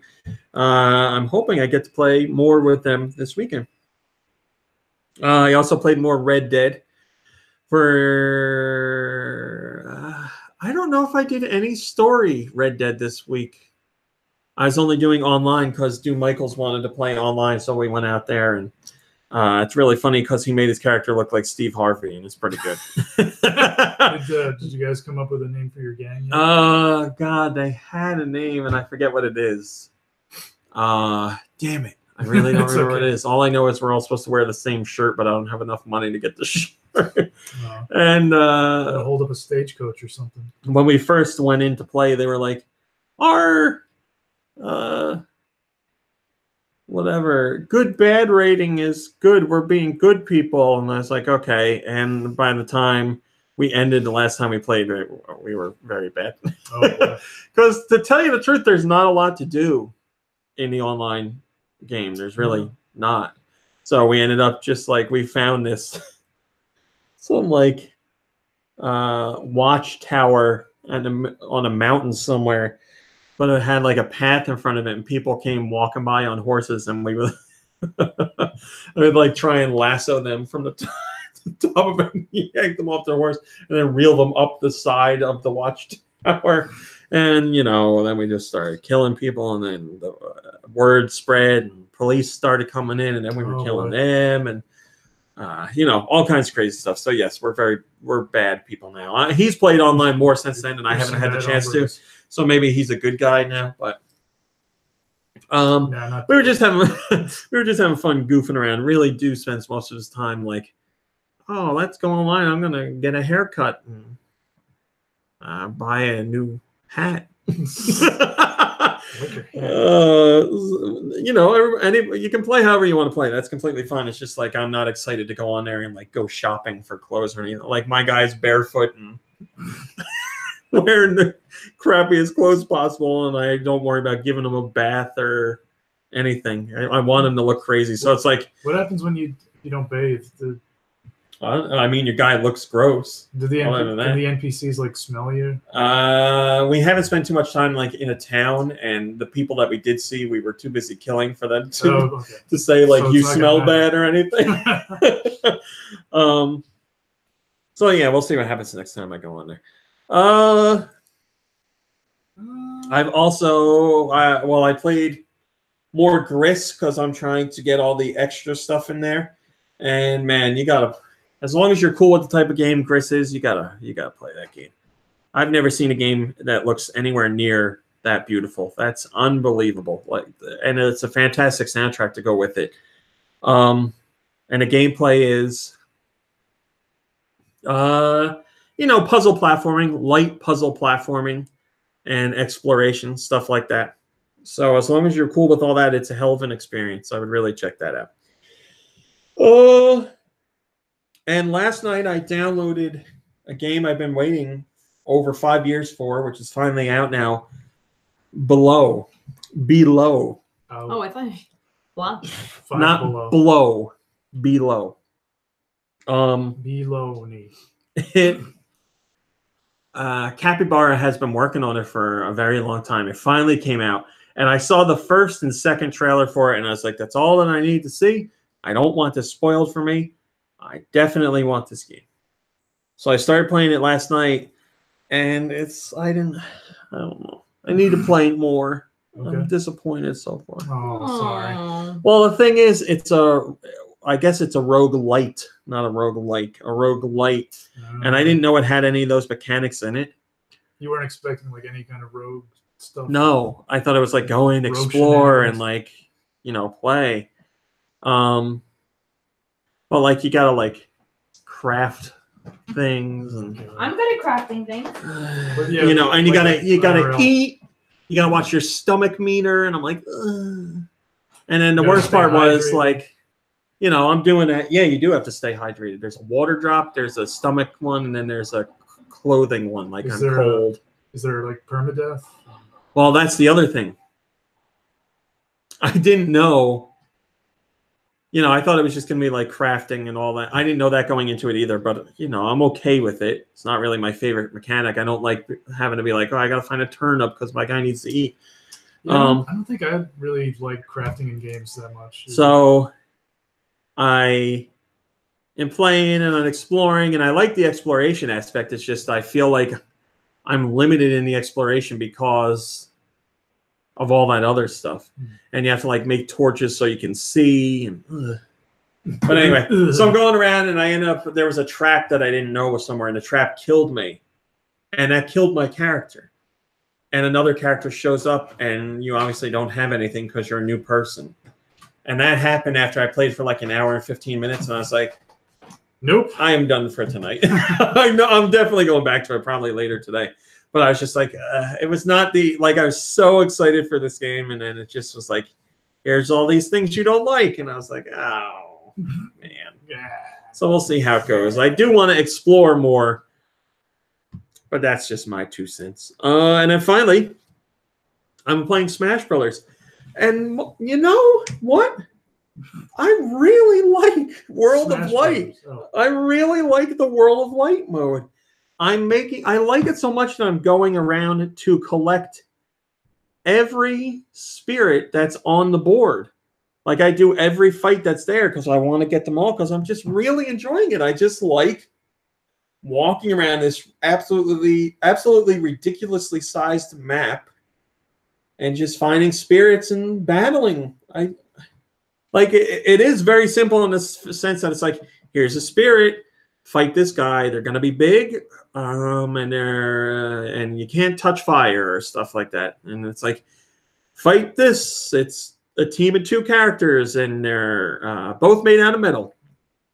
Did you say And you equip your spirits and you fight. What were you gonna say? I was just gonna ask if you're enjoying it more than Subspace Emissary. Well, I liked Subspace Emissary. Yeah. But you like this a little more? The only thing that I liked better about Subspace Emissary was it had all those crazy cutscenes. Right. Where everybody's together. This doesn't really have cutscenes like that, so I do miss that. But just the gameplay, yeah, I'm enjoying it. Like I literally am excited to play. It's very odd to have like single player content in Smash Brothers. So I'm like, man, I really can't wait to get back and play that.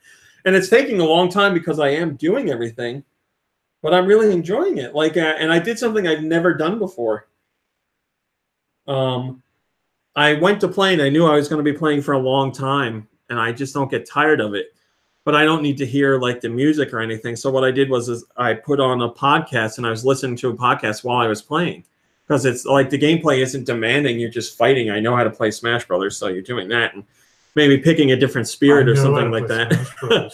But yeah, so I was just, listening to a podcast, playing the game. It was fun. It was a lot of fun. I'm still not done with it. I still have a good portion of the map to go. But yeah, I'm really enjoying it. Having a lot of fun. The game feels good. It looks great.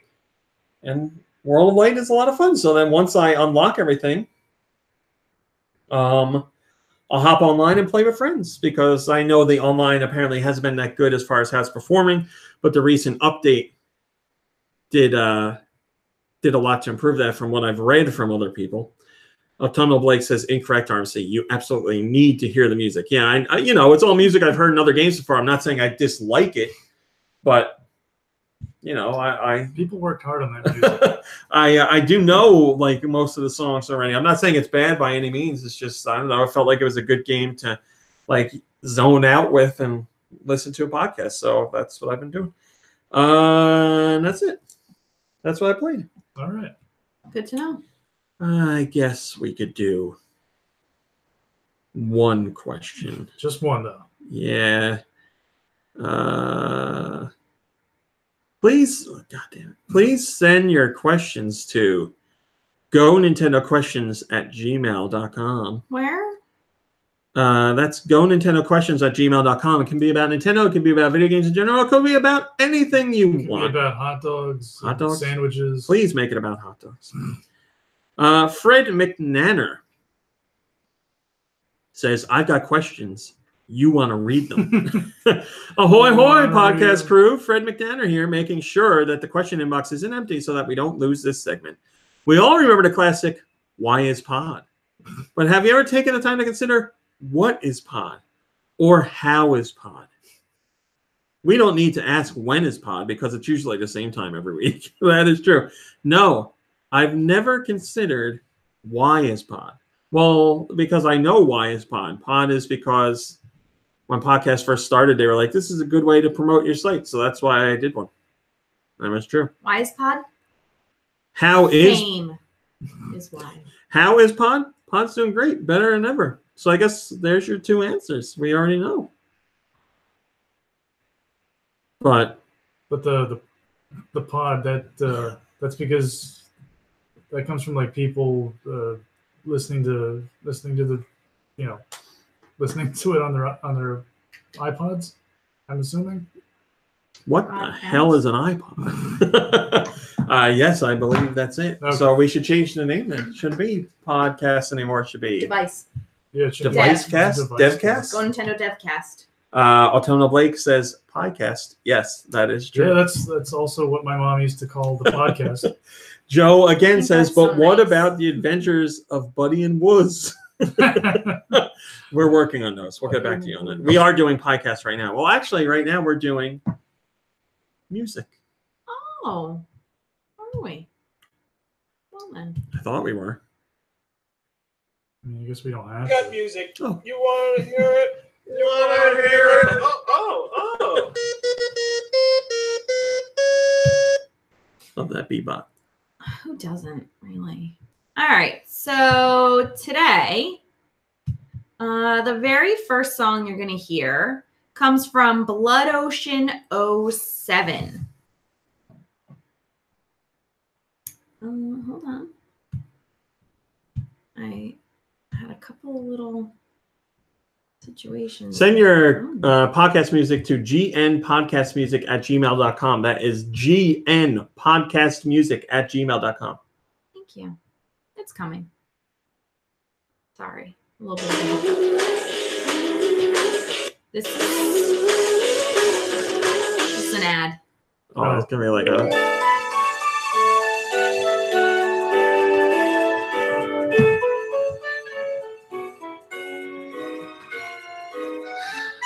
Animal Crossing? That's gonna be my guess. It's too much going on for Animal Crossing. I shouldn't have said that. Is it a Mario game? Nope. It's definitely first party. Sure is. It's got that feeling. Is it All right, so Christmassy. a Kirby game? Nope. It's a good guess. All right, it's not Metroid. No. It's not Zelda. Nope. Pokemon? Nope. God damn it. Is it like a Mii game? Nope. No. A Wii game. Oh. Wii Play. Wii Music. Mm-mm. Wii Party. Nope. Is it a channel? The Wii, I don't know. Weather channel. No. It's the shop. The Wii shop The channel. Wii U eShop. Oh, Wii U. Oh, okay. That's why I didn't recognize it. Nice. Over here. What is a Wii U? It's very fast. All right, so that was from Blood Ocean 07, and it was the Wii U eShop Winter Wii U eShop. Music. Wii. This one comes from Valgard. Valgard.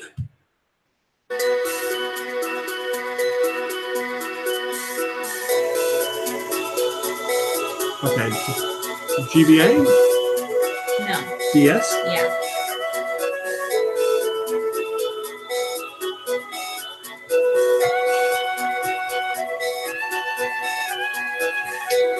Yeah. Is it a Capcom game? Nope. First party? Nope. A Metroid Prime Hunters.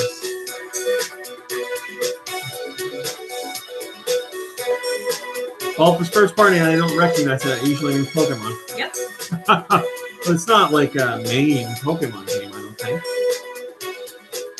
Pokemon and It's got like something. Yes. Oh, Pokemon Whoa, Mystery very Dungeon. good. Yep. Blue Rescue. I was gonna say it's got like a Ace Attorney vibe to it, and he solves mysteries. So That's true. This one comes from Nate or Die. Sorry, that was the same volume everything else has been. all right, it's got a Capcom feel for sure. Wrong What? again. Super Nintendo? No. Whoa! What the hell is this then? GBA? Well, no, it is. Sorry, I'm sorry. Super Nintendo. It is Super Nintendo. And it's not Capcom. Not Squaresoft. Oh, okay. Man, this is weird sounding for Squaresoft. All right, well, Secret of Evermore? Final Fantasy. What other? Easy because you can have here. Go. Ah, come on, please. I don't know then.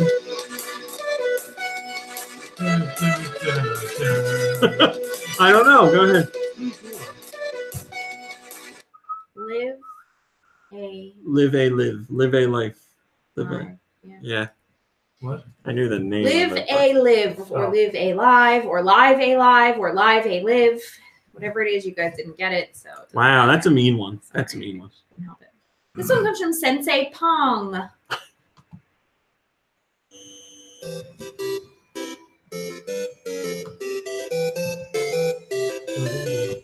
Okay, well, This is me. What? Smash Brothers. Let's guess that. Tetris DS. Nope. Trying to guess all weird ones. No, it's not that Virtual Boy game, is it? No. Okay. System. Wii. New Super Mario Brothers? No. Super Paper Mario. Sports game.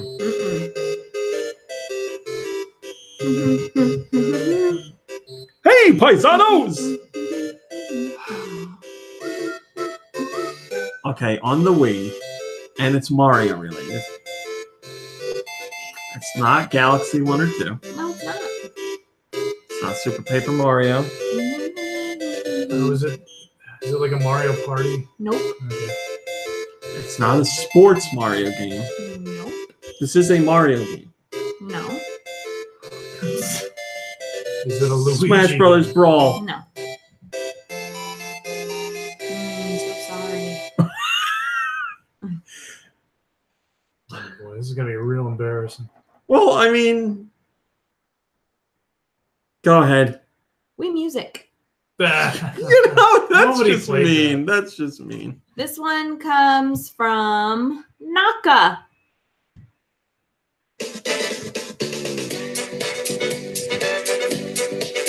Oh, yeah. All right, well, that's a boo. Wii Music. No. This could be a Mario Party? No. Okay.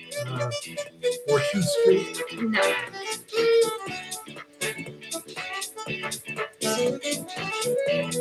What? I don't even know what system. No, you don't. 3DS. Sticker Star. Yes. That was Paper Mario, a Sticker Star. This one comes from Steister. Yeah.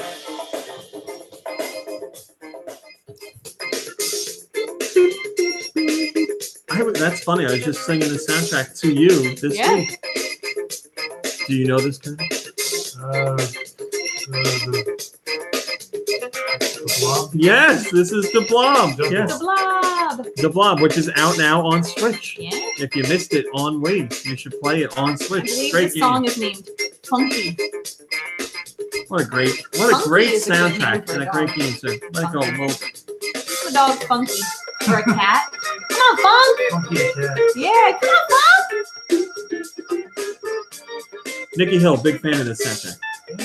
I am as well. It's great soundtrack. Great soundtrack. All right, go ahead. So that was from Steister, and it was the Blob. This one comes from Jet Jaguar. Focus all attacks. I was ready this time. It's almost down to nothing. Castlevania. Huh? This is Castlevania The Adventure. Yeah. This is the second level? Stage 3. Oh, damn it. When I got my Game Boy, I got it with Tetris and this. And I was blown away. Blown away. Blown I away. think that was Got the it. first Castlevania game I ever played. What's his face? I don't remember what character is the main character in that game, but boy, is he slow. This one comes from Yeah. Autumnal Blake. I think his name is Slow Ass Belmont.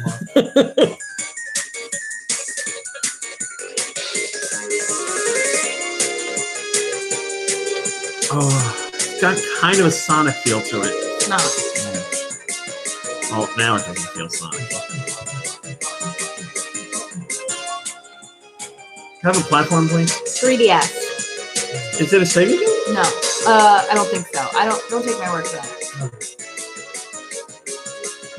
Yeah, I have no idea. I like it. It's a I little just don't know what it is.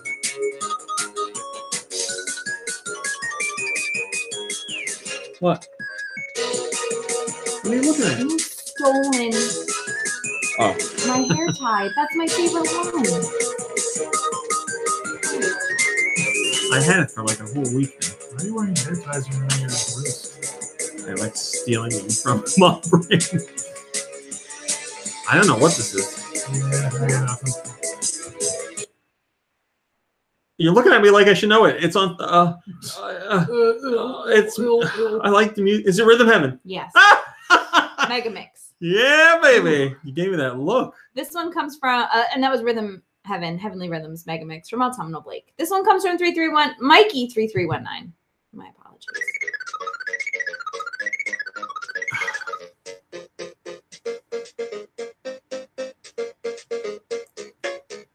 It's nice. Oh man, This Game Boy? I think it's NES. Okay. NES. It's got a.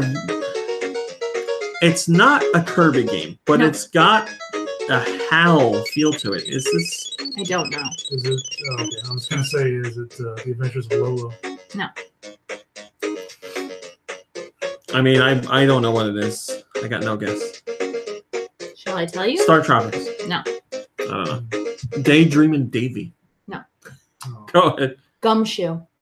okay. I don't even know what that is. Gumshoe on the NES. And the last song tonight comes from Glitter Bubble 3.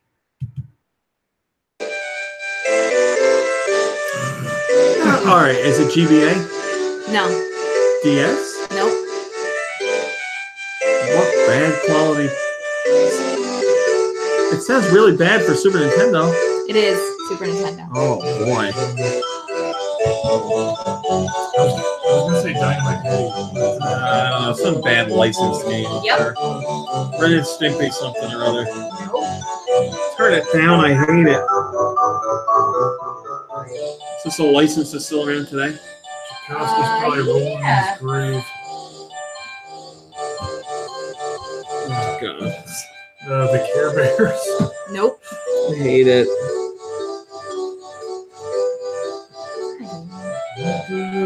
I don't know. I can't listen to it. Home Alone. God damn, Nikki Hill would have got it, I'm sure. I think we got 4 wrong. Oh yeah, I'm sorry, I wasn't keeping score. I'm pretty sure it's 4 wrong. Oh god. God, I hate Home Alone. That song, that rendition of that song. All It's right. like listening to a middle school band. Yeah, right. Playing it on Put me out of my recorders. misery. That's reason enough not to have a kid to go to those things. Yeah. I don't have kids, and I have to go to those Right. Can things. you imagine what that's like? And I have to keep a straight face the whole time and not laugh. It's great. All right, that's our podcast. Thanks for watching. Thanks for listening. We'll see you next week. Goodbye, Goodbye, everybody. I almost hit the wrong thing. Almost erased it. Mr. Boy. Very sleepy little baby. I'm sleepy too. How's your weekends going, everybody? What have you been up to? What have you been doing? Mom Brain, what big plans do you have for the weekend? I don't. Naps. Puking. I took a little nap before because I got up really early and I ran like 5.5 miles, and then I babysat for an infant and a preschooler. Joe's going to be dusting. Giant Reggie's going to be playing Smash Brothers. Well, I didn't have to dust because when I came home from babysitting, Raw Meat Cowboy had cleaned the whole house. Drew is He's going a good boy. to clean the upstairs. Sounds awful. What's Wolf says sleeping. Yeah. You know what I would like? I would like a meal made for me. Right there, you made it. Tea. Yeah. You know what this weekend feels like? What? Feels like a Pizza Hut weekend, Sure does. right? Yeah. Oh man. That pizza was so good, wasn't it? Yeah. It always is. Those breadsticks. I wish we had a pizza close enough to deliver. Probably a good Roth, thing I to do. want to see that. I really like the trailer for it. I haven't seen it though. Hilda on Netflix. Remember I showed you the Oh trailer for yeah. it? Looks really good. Joe says, "You hear your woman, RC? Go make her a bread sandwich." Mikkel is playing Kuso and trying not to rage quit. Don't throw your controller, whatever you do. Antonio Blake says I should make you a cookie sandwich. I think maybe I'll make some cookies. You want to buy some cookies? But what kind? Those ginger ones. What ginger one? You wanted ginger cookies that were chewy, not. Well, they don't need to be snappy. chewy. I want them to be soft, though. I don't like a hard cookie. If I want a hard cookie, I'll go buy Chips Ahoy.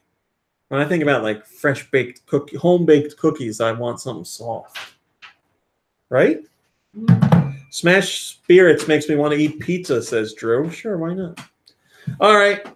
That's it. You guys go eat your pizza and your cookies and play Smash Brothers and take your naps and go clean, because apparently a lot of you are going to clean. Soft cookies, that's right. SAWFT. Soft. All right, we'll see you next week. Goodbye. Goodbye, everybody.